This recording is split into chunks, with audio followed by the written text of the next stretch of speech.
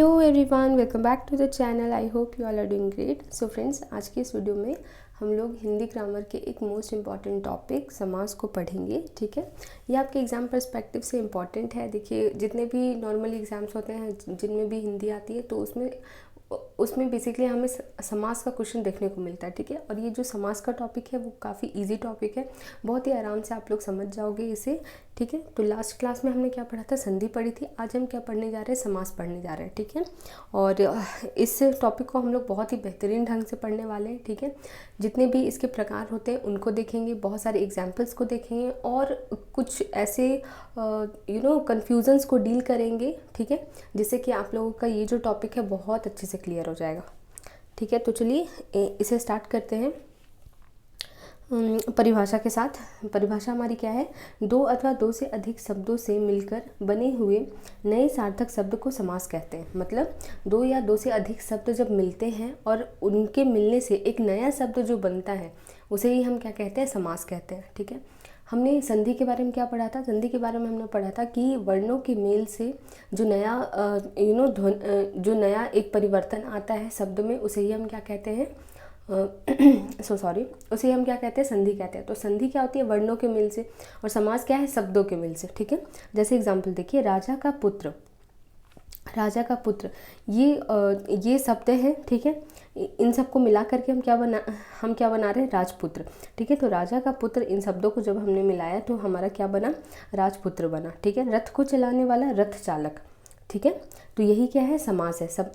शब्दों के मेल से जो एक नया शब्द बनता है उसे हम क्या कहते हैं, समास कहते हैं। ठीक है, और यहाँ पे एक बात ध्यान रखिएगा कि ये जो नया शब्द बन रहा है उसे ही क्या कहा जाता है, समस्त पद कहा जाता है। ठीक है, इसे ही क्या कहा जाता है, समस्त पद, यानी कि समास का पद कहा जाता है।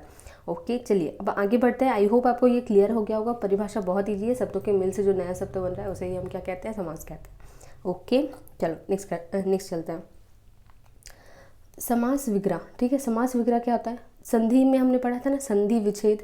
संधि विच्छेद क्या थी, ठीक है, संधि विच्छेद क्या थी, जो संधि हुई है उसे ही अलग अलग कर देना।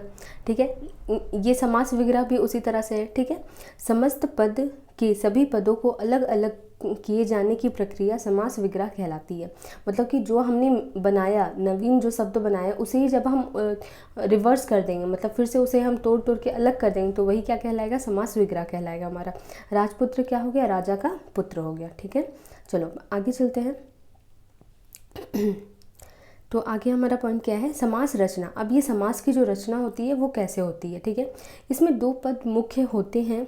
ठीक है, जैसे राजपुत्र में दो पद कौन से हैं, राज और पुत्र। ठीक है, राज और पुत्र दो पद मुख्य होते हैं इसमें। ठीक है, समझ आ गया कि एक शब्द में क्या होगा कि दो पद मुख्य होंगे।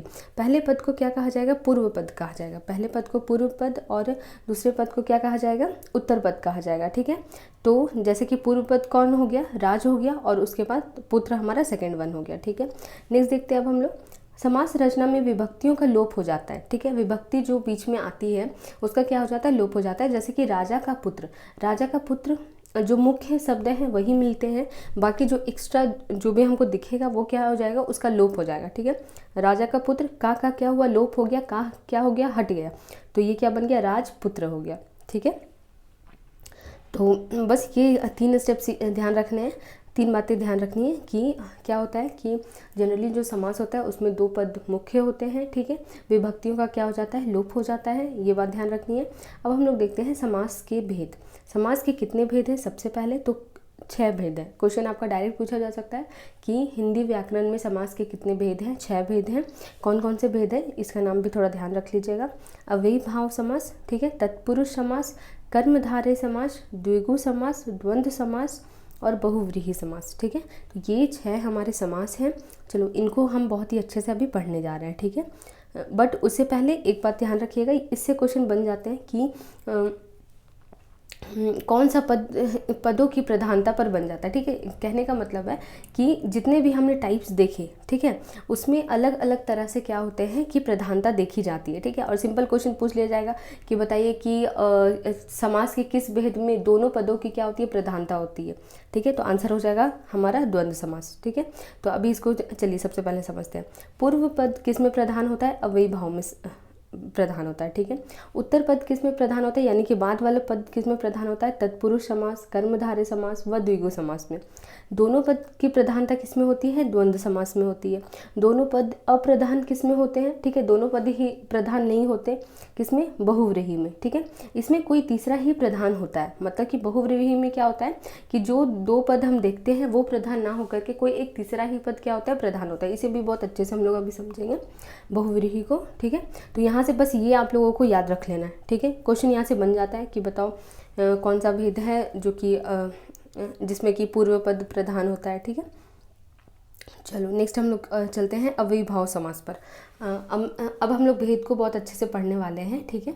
अव्ययीभाव समास क्या होता है, सबसे पहले देखिए, जिस समास का पहला पद अव्यय हो, ठीक है। अव्यय क्या होता है, जो किसी भी प्रकार से बदलता नहीं है, ठीक है। अव्यय के बारे में हमने पढ़ा था ना कि ये क्या होती है, अविकारी शब्द होते हैं, इसमें कोई भी परिवर्तन हम नहीं देखते। जैसे कि आप लोग देखो कि अनु, आ, प्रति, भर, ठीक है। प्रति वर्ड कहीं भी बदलता नहीं है, किसी भी लिंग, किसी भी वचन के अनुसार ये क्या होता है, कभी परिवर्तित नहीं होता है। तो अव्यय बेसिकली क्या है, अव्यय भी मैं पढ़ा दूंगी आप लोगों को, वो टॉपिक बचा हुआ है, ठीक है। तो अव्यय अगर पहला पद क्या है, अव्यय है तो वो क्या होता है, अव्ययीभाव समास है, ठीक है। पहले पद की क्या होती है, प्रधानता होती है, ये हमने ऊपर भी देख लिया। पहचान कैसे करेंगे कि जो स्टार्टिंग जो है हमारा वर्ड जो रहेगा वो उसमें अनु, आ, प्रति, भर, यथा, हर, ये सब आदि वर्ड्स आएंगे, मतलब कोई भी अव्यय आ सकता है। जैसे कि यहाँ पे देखो अब प्रत्येक दिन यहाँ पे प्रत्येक दिन का समास क्या बनेगा, प्रतिदिन बनेगा। तो प्रतिदिन यहाँ मैंने जोड़ करके इसलिए लिखा है ताकि आपको दिख जाए अच्छे से कि अव्यय किस तरह से जुड़ रहा है। जैसे प्रति अव्यय है, दिन से जुड़ा, तो प्रतिदिन हो गया। अजन्म, आ जोड़ जन्म, आजन्म हो गया, ठीक है। अनु जोड़ रूप, अनुरूप हो गया। यथा जोड़ संभव, यथा संभव हो गया। तो ये जो प्रति, आ, अनु, यथा, ये सारे हैं वो क्या है, अव्यय है, ठीक है। अब देखो विग्रह देखते हैं अब हम लोग। विग्रह बेसिकली क्या है, प्रत्येक दिन को जब हम दो शब्दों को जोड़ रहे तो क्या बन गया, प्रतिदिन हो गया। जन्म से लेकर अजन्म, रूप के योग्य अनुरूप, जैसा संभव हो यथा संभव, ठीक है। तो आई होप आपको समझ आ गया हो। पहचानना कैसे है कि स्टार्टिंग का जो पद होगा वो क्या होगा, अव्यय होगा, वो कोई ना कोई अव्यय होगा, ठीक है। चलो नेक्स्ट चलते हैं तत्पुरुष समास, ठीक है। तत्पुरुष समास में क्या होता है, उत्तर पद प्रधान होता है, ठीक है, ये हमने ऊपर भी देखा। उसके बाद कारक चिन्ह का लोप हो जाए, ठीक है। कारक चिन्ह का क्या हो जाएगा, इसमें लोप हो जाए। कारक चिन्ह, कारक के बारे में हमने पढ़ा था ना, ठीक है। 8 प्रकार के सारे कारक हमने देखे थे, क्या होता है, कर्ता ने, कर्म को, करण से, ठीक है, ये सारे हमने देखे थे। अब उसी के बेसिस पे तत्पुरुष समास को बांटा भी गया है, ठीक है। विभक्ति चिन्ह के अनुसार 6 भेद इसके बताए गए हैं, ठीक है। राजा का कुमार, जैसे एग्जाम्पल देखिए, राजा का कुमार तो राजकुमार, ठीक है। तो का क्या हो गया, लोप हो गया, का विभक्ति का लोप हो गया। तो तत्पुरुष समास में क्या होता है, विभक्ति का लोप हो जाता है। और यहाँ पे हम लोग कारक चिन्ह को देखते हैं, ठीक है, जब इसका विग्रह करते हैं तो विभक्ति चिन्ह के अनुसार इसके कितने हैं भेद, 6 भेद है। 6 भेदों को फटाफट से एकदम देख लेते हैं। कर्म तत्पुरुष, ठीक है। तो कर्ता ने कर्म को आता है ना, तो कर्म के साथ हम लोग कौन सा चिन्ह लगाते हैं, को लगाते हैं। इसलिए देखो इसके जितने भी एग्जाम्पल्स है उसमें को आएगा, एंड इसी के कारण इसको कर्म तत्पुरुष कहते हैं, ठीक है। यश को प्राप्त क्या होगा, यश प्राप्त। रथ को चलाने वाला, रथ चालक, ठीक है। तो को सब में आ रहा है ना, जो चिन्ह है उस पर ध्यान दीजिएगा। रथ को चलाने वाला, रथ चालक। गगन को चूमने वाला, गगनचुंबी, ठीक है। तो यहाँ से आपको समझ आया होगा कि किस तरह से को का लोप हो जा रहा है। और कर्ता ने कर्म को होता है तो कर्म तत्पुरुष इसमें आएगा, ठीक है। चलो अब आगे बढ़ते हैं। करण तत्पुरुष में क्या आता है, विभक्ति से आता है, से या के द्वारा। इसका क्या हो जाता है, लोप हो जाता है करण तत्पुरुष में, ठीक है। करुणा से पूर्ण, ठीक है, करुणा से पूर्ण। तो यहाँ पे जो से आ रहा है वो करण का क्या है, चिन्ह है, ठीक है। करण और अपदान में क्या होता है कि कन्फ्यूज़न होता है, अपदान कारक और करण कारक में। करण कारक क्या हुआ, जिसके द्वारा के सेंस में जब हम से का इस्तेमाल करते हैं तो वो कहलाता है करण कारक, ठीक है। हमने मॉक में भी ये डिस्कस कर लिया था, पहले भी तो डिस्कस कर रखा है हमने, ठीक है। और क्या होता है, अपदान कारक क्या होता है, उसमें जो से आता है वो अलगाव को दिखाता है, ठीक है। तो करण तत्पुरुष यहाँ से देखिए, करुणा से पूर्ण, करुणापूर्ण। मन से चाह, मन चाह। रेखा से अंकित, रेखांकित। भय से आकुल, भयाकुल, ठीक है। तो यहाँ पे आपको समझ आ गया होगा कि किस तरह से का लोप हो रहा है। और क्योंकि से का लोप होता है इसमें, ठीक है, चिन्ह क्या है हमारा, से है, इसलिए इसमें क्या है, करण तत्पुरुष है, ठीक है। चलो अब आगे चलते हैं हम लोग। संप्रदान तत्पुरुष। संप्रदान तत्पुरुष क्या होता है, ठीक है, के लिए का लोप हो जाए, ठीक है। संप्रदान का चिन्ह क्या होता है, के लिए होता है, और के लिए का जब लोप हो तो उसे क्या कहते हैं, तत्पुरुष, सॉरी संप्रदान तत्पुरुष कहते हैं। प्रयोग के लिए शाला, प्रयोगशाला। स्नान के लिए घर, स्नान घर, ठीक है, स्नानाघर भी बोल सकते थे। फिर उसके बाद हाथ के लिए कड़ी, हथकड़ी। देश के लिए भक्ति, देशभक्ति। तो यहाँ पे के लिए का क्या हो गया, लोप हो गया और एक नया ही शब्द बन गया। तो यही क्या है, समास है, क्योंकि के लिए का लोप हुआ है तो ये क्या हो गया, संप्रदान तत्पुरुष हो गया, ठीक है। चलो अब आगे चलते हैं। अपदान तत्पुरुष, ठीक है, अलगाव को ये से दिखाता है और इससे की जब लोप हो तो अपदान तत्पुरुष है। जैसे धन से हीन, ठीक है, धन से हीन मतलब धन उसके पास नहीं है, अलगाव को दिखा रहा है, ठीक है। धन से हीन, धनहीन। गुण से हीन, गुणहीन, ठीक है। देश से निकाला, देश निकाला, ठीक है। तो आई होप आपको समझ आ गया होगा, ये भी बहुत ही सिंपल सा था, ठीक है। अपदान कारक आपको याद है, तो अपदान तत्पुरुष तो बहुत ईजी है, ठीक है। से का लोप हुआ तो अपदान तत्पुरुष हो गया। संबंध तत्पुरुष देखते हैं। संबंध कारक की क्या विभक्तियाँ होती है, ठीक है। अगर आपने कारक वाला चैप्टर नहीं पढ़ा है तो आप एक बार पढ़ लेना, ठीक है। अगर पढ़ रखा है अभी आपको रिकॉल नहीं हो पा रहा तो एक बार उसकी PDF देख लेना, ठीक है। चलो, का के की का लोप, ठीक है। का के की का क्या हो जाए, इसमें लोप हो जाए, वो छुप जाए, ठीक है। राजा का पुत्र, राजपुत्र। देश की रक्षा, देश रक्षा। विद्या का सागर, विद्या सागर, ठीक है। तो का के की ये सब का लोप हो तो सिंपली वो क्या हो जाता है, हमारा क्या कहलाता है, संबंध तत्पुरुष कहलाता है, ठीक है। चलो अब आगे बढ़ते हैं। अधिकरण तत्पुरुष क्या होता है, में पर का लोप हो जाए, में या पर का लोप हो जाए तो क्या कहते हैं, उसे अधिकरण कारक कहते हैं, सॉरी अधिकरण तत्पुरुष कहते हैं। पुरुषों में उत्तम, पुरुषोत्तम, ठीक है। पुरुषों में उत्तम, में का लोप हो गया और क्या बन गया, पुरुषोत्तम बन गया। आप पर बीती, आप बीती, ठीक है। पर का क्या हो गया, लोप हो गया इसमें। लोक में प्रिय, लोकप्रिय। धर्म में वीर, धर्मवीर, ठीक है। तो आई होप आपको ये समझ आ गया हो। अधिकरण तत्पुरुष में और पर का जब लोप हो जाए तो उसे हम क्या कहते हैं, अधिकरण तत्पुरुष कहते हैं, ठीक है। कुछ एग्जांपल्स भी हमने देख लिए।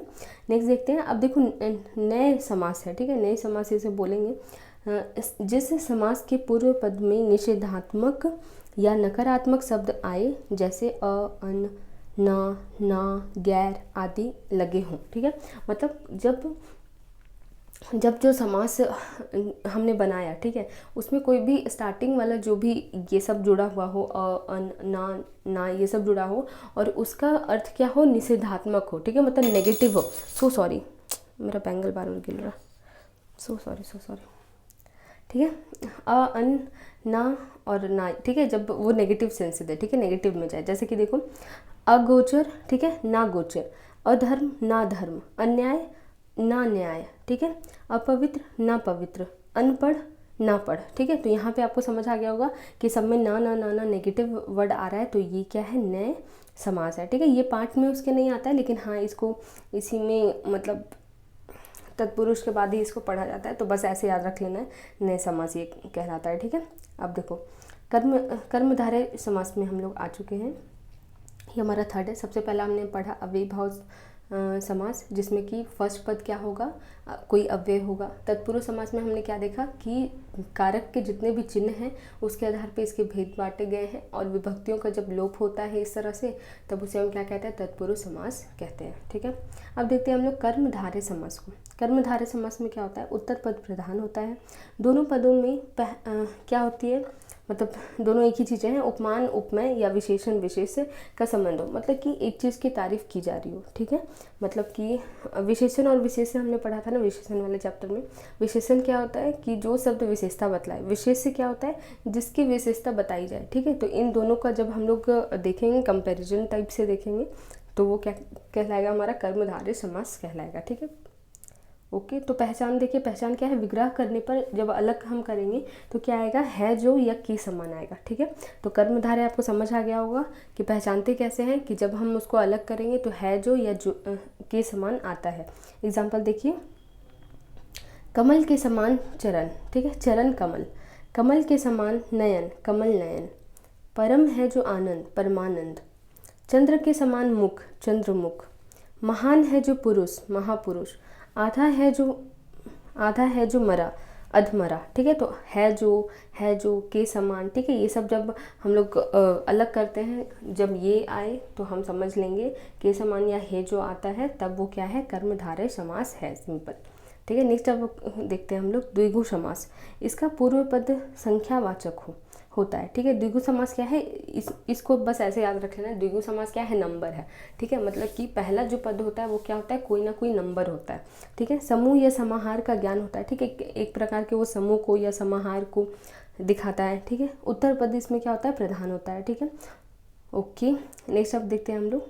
अच्छा, इसका एग्जाम्पल देखते हैं बेसिकली, ठीक है। 4 राहों का समूह चौराहा, ठीक है। 2 पहरों का समूह दोपहर, 3 रंगों का समूह तिरंगा, 7 दिनों का समूह सप्ताह, ठीक है। तो ये समझ आया कि चौराहा, दोपहर, तिरंगा। आपको दे दिया जाएगा क्वेश्चन कि बताइए चौराहा शब्द कौन सा समास है, ठीक है। तो चौराहा, सबसे पहले आप देखोगे चौराहा 4 की बात की जा रही, कोई संख्या है तो संख्या है तो वो क्या हो गई, द्विगु हो गई। तिरंगा बोला जाएगा तो तिरंगा 3 आ रहा है, जब भी नंबर आपको दिख जाए तो वो क्या है, द्विगु समास है, ठीक है। वो क्या है, द्विगु समास है। द्विगु समास में खुद ही द्यू आ रहा है। द्यू क्या होता है, 2 नंबर के लिए आता है ना, तो बस इससे भी डायरेक्ट याद कर सकते हो, ठीक है। मैंने तो बचपन में ऐसे ही याद करा था, द्विगु समास, द्यू आ रहा है और संस्कृत में द्यू तृतीया इस तरह से पढ़ते थे, तो बेसिकली ऐसे भी याद कर सकते हो, ठीक है। तो द्विगु समास क्या हो गया, जब नंबर की हम बात करते हैं। अब देखते हैं द्वंद्व समास। द्वंद्व समास क्या है हमारा, दोनों पद इसमें क्या होंगे, प्रधान होंगे। विग्रह करने पर और अथवा या एवं लगता है तो वह द्वंद्व समास कहलाता है, ठीक है। तो ये समझिए क्या है, और अथवा या एवं, ये 4 जो हैं, ठीक है। अगर विग्रह करने पे ये 4 आते हैं तो द्वंद्व समास होता है। पहचान देखिए, दोनों पदों के बीच क्या होगा, योजक चिन्ह आएगा, मतलब एक हाइफन आएगा, डैश जो बीच में लगाते हैं ना हम लोग, ठीक है। हाइफन आएगा, ठीक है। तो बस ये दोनों तो बहुत ही ईजी है ना। द्विगु क्या हो गया, नंबर वाला, और द्वंद्व क्या हो गया हमारा, योजक चिन्ह जिसमें आएगा हाइफन आएगा। नदी और नाले, नदी नाले। सुख और दुख, सुख दुख। राधा और कृष्ण, राधा कृष्ण। ऊंच या नीच, ऊंच नीच। पाप और पुण्य, पाप पुण्य, ठीक है। तो सबके बीच में हाइफन आ रहा है ना, नदी नाले, सुख दुख, राधा कृष्ण, ठीक है। तो ये क्या है हमारा, द्वंद्व समास है, ठीक है। चलिए अब 6th पे हम लोग आ चुके हैं। 6th भेद इसका क्या है, बहुव्रीहि समास। कोई पद प्रधान नहीं, इसमें क्या होता है कि कोई भी पद प्रधान नहीं होता है, दोनों पद मिलकर तीसरे की ओर संकेत करते हैं और तीसरा ही पद क्या होता है, इसमें प्रधान होता है, ठीक है। जैसे 10 है आनंद जिसके, 10 आनंद, ठीक है। 10 है आनंद जिसके मतलब 10 सर हैं, तो किसकी तरफ ये संकेत कर रहा है, रावण की तरफ, ठीक है। रावण का क्या था, 10 सर था, ठीक है। तो 10 है आनंद जिसके, 10 आनंद, ठीक है। उसको क्या कहते हैं हम लोग, दशानन। और दशानन ये किसको बता रहा है, रावण को। तो किसी और के प्रति ही क्या हो रहा है, संकेत हो रहा है, ठीक है। 10 है आनंद जिसके, यानी दशानन किसकी तरफ संकेत कर रहा है, रावण की तरफ। तो रावण यहाँ पे प्रधान हो गया, ठीक है। तो बेसिकली 10 है आनंद जिसके, दशानन हुआ, ठीक है। और बस चलिए आगे समझते हैं। और एग्जांपल्स देख लीजिए। लंबोदर, लंबा है उदर जिसका, ठीक है। ये बनाएंगे, किसके प्रति संकेत कर रहा है, गणेश की तरफ, ठीक है। तो लंबोदर वर्ड आएगा आपको कि लंबोदर बताइए कौन सा समास है, तो आप लोग तुरंत क्या लगाओगे, बहुव्रीहि समास, ठीक है। क्योंकि लंबोदर हम किसे कहते हैं, गणेश भगवान को कहते हैं, ठीक है। चक्र पानी, चक्र है पानी में जिसके, मतलब जिसके हाथों में चक्र है। किनके हाथों में चक्र है, विष्णु के हाथों में चक्र है, ठीक है। विष्णु में आधा शाह होगा ना, ठीक है। मैंने बाई मिस्टेक मैंने लिख दिया लगता है, ठीक है। चक्र है पानी में जिसके, मतलब जिसके हाथों में चक्र है, तो विष्णु की तरफ क्या, विष्णु भगवान की तरफ क्या जा रहा है, संकेत जा रहा है, ठीक है। महावीर, महान है जो वीर, हनुमान जी की तरफ संकेत जा रहा है, ठीक है। तो इस तरह से भी हम लोग समझ सकते हैं तुरंत। त्रिलोचन, त्रिलोचन हम किसे कहते हैं, शिव भगवान को कहते हैं, ठीक है। 3 है लोचन जिसके, तो शिव हो गए, ठीक है। तो ये भी क्या हो गया, बहुव्रीहि समास हो गया। मृत्युंजय, मृत्यु को जीतने वाला शंकर, ठीक है। तो शंकर भगवान की तरफ संकेत कर रहा है मृत्युंजय, तो मृत्युंजय वर्ड भी क्या हो जाएगा हमारा, बहुव्रीहि समास हो जाएगा, ठीक है। अब इतना तक पढ़ने के बाद आपको लग रहा होगा कि कर्मधारय समास जो हमने पढ़ा, ठीक है, उसमें भी इस तरह से हम लोग बोल सकते हैं। जैसे नीला है जो कंठ, ठीक है, नीलकंठ, उसमें भी हम पढ़ सकते हैं। नीलकंठ इसमें भी पढ़ेंगे, नीला है जिसका कंठ, ठीक है। तो यहाँ पे आप लोगों को कन्फ्यूज़न क्रिएट होगा, ठीक है। तो ये जो कन्फ्यूज़न है उसको सॉर्ट आउट करने के लिए हमारे आगे वाली पेज है, ठीक है। चलो यहाँ पे हम लोग 3 कंपैरिजन देखेंगे कि कंफ्यूज किस तरह से हमें नहीं होना है, ठीक है। देखो, सबसे पहली बात तो आप लोगों को जो MCQs आएंगे ना, मान लो कि अगर कर्मधारय, बहुव्रीहि ये सब से है, ठीक है, तो आपको ऑलरेडी वो कंफ्यूजिंग मतलब सॉरी ऑप्शंस नहीं देंगे, ठीक है। ऐसे ऑप्शंस देंगे जिसमें कि आप लोग फिगर आउट कर सकते हो। कर्मधारय, बहुव्रीहि दोनों एक साथ वो मोस्टली नहीं देते हैं, ठीक है। तो उससे ज़्यादा टेंशन होगी नहीं, लेकिन फिर भी हम लोग को जान के रखना है, ठीक है। देखो कर्मधारय में हमने क्या देखा था, विशेषण और विशेष्य की बात हो रही थी, उपमेय उपमान की बात हो रही थी कि एक चीज़ क्या कर रही होगी, विशेषता बतला रही होगी और दूसरे चीज़ की मतलब एक वर्ड जो विशेषता बताता होगा और दूसरा वर्ड जिसकी विशेषता बताई जाए, ठीक है। तो कर्मधारय में हमने ये देखा था जिसमें कि क्या था, पहचानने का तरीका क्या था, है जो या फिर के समान, ठीक है, नीला है जो कंठ, ठीक है, इस तरह से। बहुव्रीहि के बारे में हमने देखा, समस्त पद ही किसी संज्ञा के विशेषण का कार्य करता है, ठीक है। समस्त पद मतलब पूरा ही पद, जितने भी बहुव्रीहि के पद होते हैं वो किसी और के प्रति ही संकेत करते हैं, मतलब कि पूरा पद ही क्या होता है, विशेषण होता है, ठीक है। जैसे कि अब देखो एग्जाम्पल के थ्रू इसे समझ लो, नीलकंठ, देखो नीलकंठ को दोनों तरफ से समझना है, ठीक है। नीलकंठ को विग्रह हम जब इस तरह से करेंगे, नीला है जो कंठ, नीला है जो कंठ, जब है जो के सेंस में हम लोग करेंगे विग्रह, तब ये क्या है, कर्मधारय है, नीला है जो कंठ, ठीक है। लेकिन वही नीलकंठ को जब हम लोग ऐसे तोड़ेंगे, नीला है कंठ जिसका, नीला है कंठ जिसका, तो ये कौन हो गए, तुरंत हमारे ध्यान में क्या आ रहा है, शिव भगवान जी आ रहे हैं, ठीक है। नीला है कंठ जिसका शिव, तो यहाँ पर हमारा क्या हो जाएगा, बहुव्रीहि हो जाएगा, ठीक है। तो डिफरेंस कैसे है यहाँ पे कि नीलकंठ को जब हम तोड़ रहे हैं तो वो क्या बता रहा है, किसी चीज़, एक चीज़ की क्या बता रही है, विशेषता बता रही है, ठीक है। उपमा उपमेय, यहाँ उपमेय और उपमान है, ठीक है। नीला है जो कंठ, ठीक है, कंठ की विशेषता बताई जा रही है और विशेषता क्या है कि वह नीला है। तो जब ये विशेषता वाला ये रहे, ठीक है, उपमेय उपमान रहे, विशेषण विशेष्य रहे, तब वह क्या है, कर्मधारय है। लेकिन जैसे ही हम किसी व्यक्ति विशेष के बारे में बताने लगेंगे इनडायरेक्टली, नीला है कंठ जिसका, तो शिव के प्रति संकेत जा रहा है, तो ये क्या हो गया, नीलकंठ हो गया, ठीक है। आई होप ये क्वेश्चन कन्फ्यूजन क्लियर हुआ हो, ठीक है। फिर से देख लेते हैं हम लोग, लंबोदर मोटे पेट वाला, मोटे पेट वाला ये क्या हो गया, कर्मधारय समास हो गया, ठीक है। लंबोदर, लंबा है उदर जिसका, ठीक है, तो अर्थात गणेश, बहुव्रीहि, ठीक है। तो ये आपको समझ आ गया होगा। अब कर्मधारय और बहुव्रीहि मैंने बोला ही आप लोगों को कि एमसीक्यूज में अगर आएगा आपका तो दोनों ऑप्शन एक साथ नहीं देंगे, अगर ये दोनों आंसर रहा तो, ठीक है। ये दोनों में से किसी एक में आंसर रहा तो वो वैसा देंगे ही नहीं, ठीक है। अगर देंगे भी तो आपको समास विग्रह करके बता सकते हैं आपको उसमें, ठीक है। तो बस ये क्लियर रखना है। अब देखिए द्विगु और बहुव्रीहि समास में अंतर देख लीजिए। द्विगु में क्या होगा, हमेशा संख्यावाचक विशेषण आएगा, ठीक है। पहला वर्ड, पहला जो पद होगा वो हमेशा संख्या में होगा, ठीक है। बहुव्रीहि समास क्या होता है, बहुव्रीहि समास में समस्त पद ही क्या होता है, विशेषण होता है, जो कि हमने ऊपर देखा। एग्जाम्पल देख लीजिए, चार भुजाओं का समूह द्विगु समास, ठीक है। चार भुजाओं का समूह क्या हो गया, द्विगु समास कहलाएगा। चार है भुजाएं जिसकी, मतलब कि विष्णु भगवान, तो ये क्या हो गया, बहुव्रीहि हो गया, ठीक है। तो अंतर समझ आया होगा। सिंपली जब हम एक समूह समाहार की बात बता रहे हैं तो वो हो गया द्विगु समास, जबकि बहुव्रीहि में क्या हो गया कि किसी और के प्रति संकेत जा रहा है, पूरा ही पद क्या है, विशेषण है किसी और के लिए, तो ये सिंपल हमारा बहुव्रीहि समास हो गया। एक और देख लीजिए, 10 आनन को क्या लिखेंगे, 10 आननों का समूह, ठीक है, मतलब 10 सरों का समूह क्या कहलाएगा, द्विगु समास कहलाएगा। वहीं जब हम इसे ऐसे बनाते हैं, 10 आनन है जिसके, मतलब किसी व्यक्ति विशेष की तरफ हम संकेत कर रहे हैं, तो ये क्या हो जाएगा, रावण हो जाएगा। इनडायरेक्ट संकेत क्या आ रहा है, रावण का आ रहा है, तो ये क्या हो गया, हमारा बहुव्रीहि समास हो गया, ठीक है। तो द्विगु और बहुव्रीहि को ऐसे हमने क्लियर कर लिया। चलिए अब आगे देख लेते हैं एक बार, द्विगु और कर्मधारय समास में अंतर देख लेते हैं, ठीक है। द्विगु समास क्या है, इस दूसरे पद की गिनती बताता है, ठीक है। फर्स्ट पद हमेशा संख्यावाचक होता है। द्विगु समास में क्या होता है, पहला पद जो होता है हमेशा संख्यावाचक, कोई भी संख्या होगी उसमें, और दूसरा पद क्या, दूसरे पद की वो क्या बताएगी, गिनती बताएगी। जैसे कि हमने पढ़ा ना, 10 आननों का समूह, ठीक है, तो सिर की संख्या बताई जा रही है यहाँ पे कि वो 10 है, ठीक है। जैसे कि हमने पढ़ा था ना, 4 राहों का समूह, ठीक है, चौराहा, तो राहों की मतलब जो रास्ते हैं उसकी संख्या बताई जा रही है ना कि वो कितने हैं, 4 है। मतलब बेसिकली क्या है, ये संख्यावाचक होता है। कर्मधारय क्या होता है, ये संख्यावाचक नहीं होता। सिंपल है कि कर्मधारय कभी भी संख्यावाचक हमारा नहीं होता। जैसे कि नवरत्न 9 रत्नों का समूह, ये द्विगु समास हो गया हमारा। और पुरुषोत्तम, पुरुषों में जो है उत्तम, तो कर्मधारय समास, ठीक है। बस एक एग्जाम्पल था।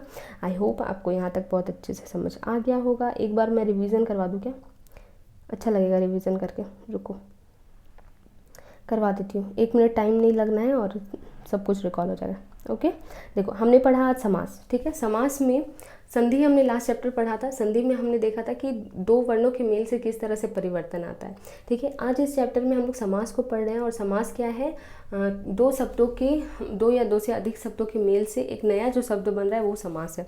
ठीक है, समस्त पद किसे कहते हैं, जो नवीन शब्द बन रहा है, ठीक है, उसे हम समस्त पद कहते हैं। समास विग्रह क्या होता है, जो हमने समास बनाया, ठीक है, जोड़ करके जो शब्द बनाया उसी को फिर से हम तोड़ देंगे तो वो क्या है, समास विग्रह है। ठीक है, समास रचना हम कैसे करते हैं कि दो पद होते हैं, ठीक है, उनमें से एक को हम क्या बोलते हैं, पूर्व पद बोलते हैं, एक को उत्तर पद कहते हैं।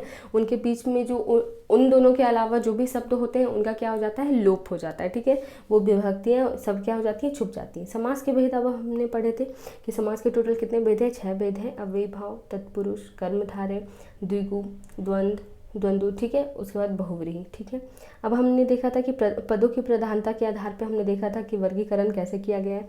पूर्व पद किस में प्रधान होगा, अव्ययीभाव में। उत्तर पद किस में प्रधान होगा, तत्पुरुष, कर्मधारय, द्विगु में। द्वंद्व में क्या होगा, दोनों पद क्या होंगे, प्रधान होंगे। दोनों पद अप्रधान किस में होंगे, बहुव्रीहि में होंगे। ठीक है, चलो यहीं से चलो तो रिकॉल करते हैं कि क्या क्या हमने पढ़ा था। अव्ययीभाव समास, अव्ययीभाव समास क्या होता है, जिसका पहला पद क्या हो, कोई अव्यय हो। ठीक है, जैसे प्रतिदिन, ठीक है, प्रति क्या है यहाँ पे, अव्यय है। यथा संभव क्या है, यथा क्या है, अव्यय है। ठीक है, तत्पुरुष समास के बारे में हमने क्या पढ़ा था कि जिसमें विभक्तियों का क्या होता है, लोप होता है। कारक चिन्हों के मेल, मतलब शब्दों के बीच में क्या आते हैं, कारक चिन्ह आते हैं, जैसे राजा का कुमार, राजकुमार। ठीक है, कर्मधारय के बारे में हमने क्या पढ़ा, समान है या है जो करके जब जुड़ा हो। ठीक है, जैसे नीला है जो कंठ। ठीक है, जब विशेषण और विशेष से उपमा बताई जाए, ठीक है, किसी की क्वालिटी बताई जाए तो उसको हम क्या बोलते हैं, कर्मधारय समास कहते हैं। द्विगु समास क्या हुआ, जिसमें कि नंबर आता है, जैसे चौराहा, पंजाब। ठीक है, या फिर और भी बोल सकते हैं सप्त सिंधु, 7 सिंधुओं का समूह, 7 नदियों का समूह सप्त सिंधु कहलाता है। ठीक है, अब देखते हैं हम लोग द्वंद्व। द्वंद्व समास क्या था, जिसमें कि दोनों ही पद क्या होते थे, प्रधान होते थे। और इसको पहचानने का तरीका क्या है कि बीच में क्या आएगा, हमारा डैश आएगा। ठीक है, हाइफन आएगा। बहुव्रीहि समास क्या था कि दोनों पद क्या होंगे, प्रधान नहीं होंगे। ठीक है, तीसरे के प्रति ही संकेत करेंगे। जैसे नीला है कंठ, जिसका किसके प्रति संकेत जा रहा है, शिव भगवान के प्रति, तो ये क्या हो गया, हमारा बहुव्रीहि समास हो गया। ठीक है, हमने सबका ये भी देख लिया था, डिफरेंस भी देख लिया था, बेसिकली यही था हमारा। तो या in this way we revise this in just less than 2 minutes. So या PDF आपको मिल जाएगी टेलीग्राम ग्रुप पर, एंड बस आपको रिवाइज कर लेना है वीडियो के through he. I just hope कि आपको याद हो गया हो, बट नहीं हुआ हो तो PDF तो है ही। ठीक है, बाय बाय, टेक केयर। कोशिश रहेगी कि अभी जस्ट एक टीचिंग एप्टीट्यूड की वीडियो मैं डाल दूँ आपको, वही 10 साढ़े 10 तक आ जाएगी। ठीक है, एंड लाइव क्लास आज नहीं हो पाई, कल मेरी हॉलीडे है। ठीक है, सैटरडे है कल, तो कल हम लोग 9 बजे मॉक करेंगे, लाइव मॉक रहेगा वो। ठीक है, फिर जो कल का होना है, ठीक है, मतलब आज जो हमने नहीं किया वो हम कल सुबह कर लेंगे, एंड देन रात में कल वाली जो मॉक होगी वो कर लेंगे। ठीक है, तो बस, और इसका रीज़न ये रहा क्योंकि मुझे बहुत ज़्यादा एग्जॉस्ट फील हो रहा था। एंड लाइव क्लास में रेगुलर मतलब कंटिन्यूसली बोलने से क्या हुआ ना कि जब मैंने पहली बार लिया तो मेरे गला भी थोड़ा बैठ गया बेसिकली। ठीक है, तो मुझे बिल्कुल आज मन नहीं कर रहा था, तो इसलिए मैंने कल के लिए पोस्टपोन कर दिया। कोई नहीं, कल छुट्टी है तो आराम से मैनेज हो जाएगा टाइम। ठीक है, बाय बाय, टेक केयर।